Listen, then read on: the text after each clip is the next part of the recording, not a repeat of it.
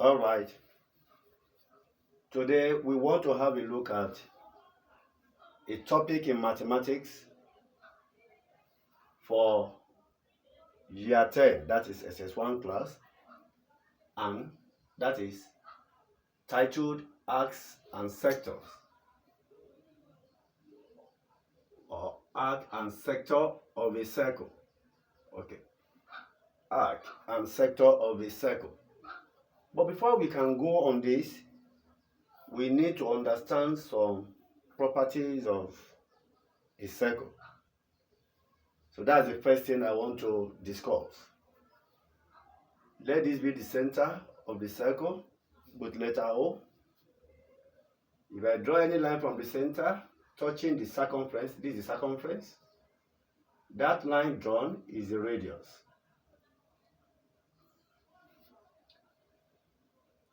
Let me join another radius to the other side. This is still a radius. Now, the point where the two radii, that's the plural of radius, radii, where the two radii touch the circumference of the circle, let me label them A, B. So, if I go from A to B along the curve, from A to B this way, in this direction, then that means from here to here, AB is an arc. So, this is an arc, but we call it minor arc. Minor arc because it's smaller compared to the rest. So let me put C here. So if I want to go from A to B through C, that means I'll be going this way. So this one is major arc. It's a major arc. But the angle here is the angle at the center, which this minor arc subtends at the center. Let me call that one alpha. So why is this angle alpha meant for the minor arc but not for the major arc? Because you look at the curve of this angle alpha and the curve of this arc AB, they are facing the same direction like this. So that is why this angle here is meant for this. So definitely, the remaining angle at the center will be for the major arc. So the angle for the major arc will be drawn this way. And that will be 360 minus alpha. Why? Because angle at the center of a circle is 360. So if I take alpha out of that 360, whatever remains is the angle for the major arc subtends at the center. Okay? Now, by shading the area that is enclosed within the minor arc AB and these two radii, that area shaded is called minor sector. Minor sector. Minor sector, okay? That means the remaining unshaded will be major sector.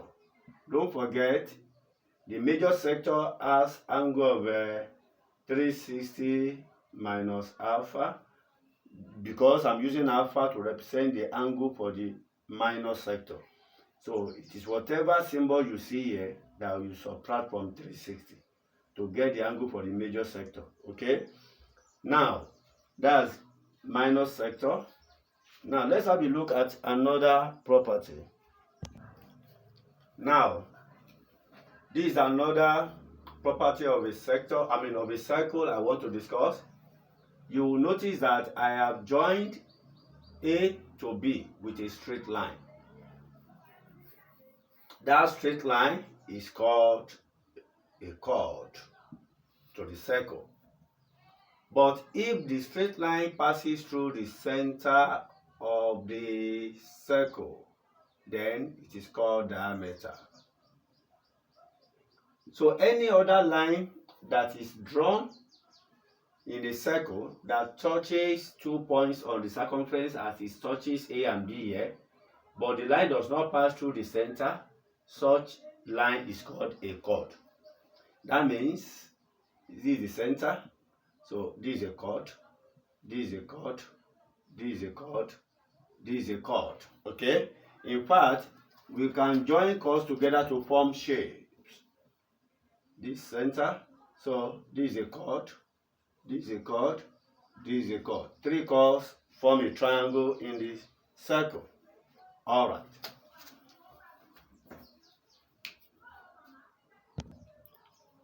In this one, you'll see that I have shaded the area that is in between the chord AB and the arc, minor arc AB. This is the minor arc as I'm tracing it. This is the chord.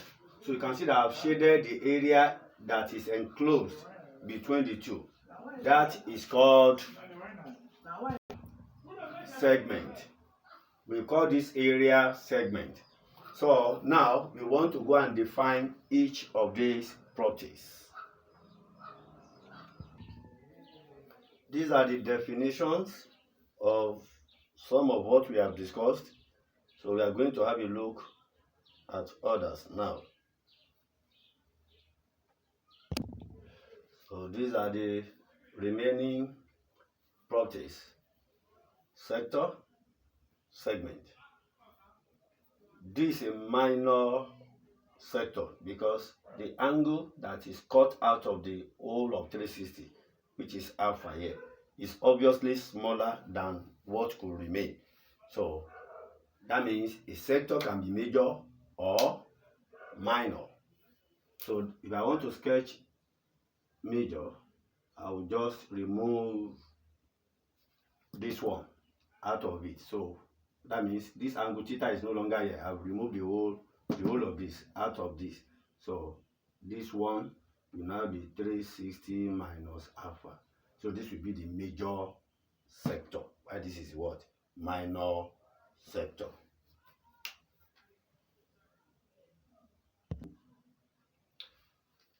These are some of the formula we are going to be looking into. I will write the remaining one immediately after this is wiped off. So these are the formula we will be applying in solving problems related to circle.